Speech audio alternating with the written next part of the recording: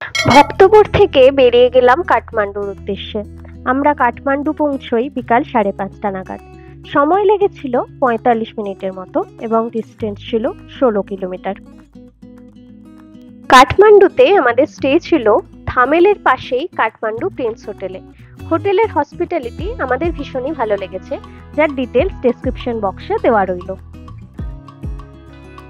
হোটেলে check in করে fresh হয়ে নিলাম। তারপর 4 জন মিলে বসে খানিকক্ষণ আড্ডা দিয়ে চা খেয়ে আমরা বেরিয়ে পড়লাম আশপাশটা ঘুরে দেখতে। থামেল জায়গাটি এমনিতেই খুবই সুন্দর সাজানো গোছানো। তার উপর পরের দিন ক্রিসমাস উপলক্ষে জায়গাটি ভীষণ রঙিনভাবে সেজে ওঠে। প্রচন্ড ঠান্ডার মধ্যে আমরা কিছুক্ষণ হাঁটতে থাকলাম, রাস্তার দুই ধারে লোকাল মার্কেটগুলো দেখলাম। তারপর ডিনার সেরে ফিরে গেলাম হোটেলে। 25শে ডিসেম্বর সকাল সকাল রেডি হয়ে আমরা বেরিয়ে যাই কাঠমান্ডু লোকাল সাইট সিইং এর জন্য। আমরা প্রথমেই পৌঁছই পশুপতিনাথ মন্দির।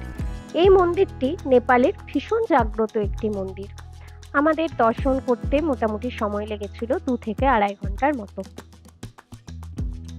তারপর আমরা পৌঁছে যাই নেপালের ঐতিহ্যবাহী স্থান বৌদ্ধ স্তূপা। এন্ট্রি ফি ছিল সার্ক অন্তর্ভুক্ত দেশের জন্য 100 নেপালি এবং অন্যান্যদের জন্য 400 নেপালি। এখানে ঢুকে আমরা পরিক্রমা করি ক্লকওয়াইজ, এটাই এখানকার রীতি। তারপর ওখান থেকে বেরিয়ে আমরা পৌঁছে যাই বুড়া নীলকণ্ঠ মন্দির। এখানে চোখে পড়বে ভগবান বিষ্ণুর শায়িত একটি বিশাল পাথরের মূর্তি।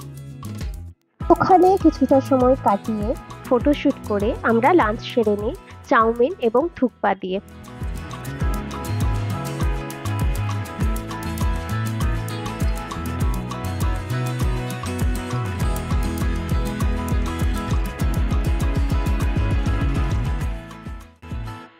তারপর আমরা বেরিয়ে পড়ি স্বয়ম্ভূনাথের দিকে। স্বয়ম্ভূনাথ হলো নেপালের একটি প্রাচীন স্তূপা, যেখানে অসংখ্য মন্দির এবং মঠ রয়েছে। পাহাড়ের বেশ অনেকটা উচ্চতায় অবস্থিত এই মন্দিরটি, যেখান থেকে কাঠমান্ডু শহরটি খুব ভালোভাবে চোখে পড়ে। জায়গাটি খানিকক্ষণ উপভোগ করে আমরা বেরিয়ে পড়ি চন্দ্রগিরি হিলসের উদ্দেশ্যে।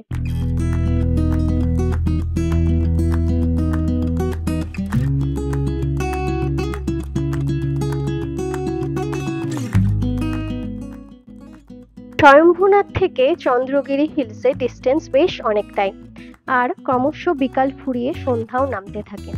একটা জায়গায় গিয়ে দেখা যায় রাস্তা এতটাই দুর্গম যে গাড়ি আর আগিয়ে যেতে পারছে না। সেখান থেকেই আমাদের ফিরে আসতে হয়।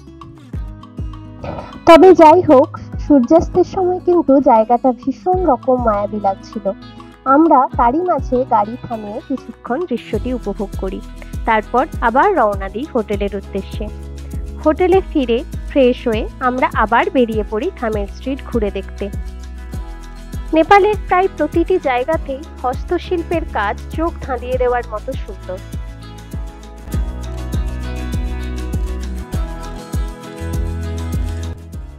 আর ক্রিসমাস উপলক্ষে সবার মধ্যে ভীষণ রকম এক্সাইটমেন্ট চোখে পড়ছিল। কয়েকটা জায়গায় অনুষ্ঠানও হচ্ছিল। আমরা সেসব দেখে অনেকটা সময় কাটিয়ে ফিরে যাই হোটেলে।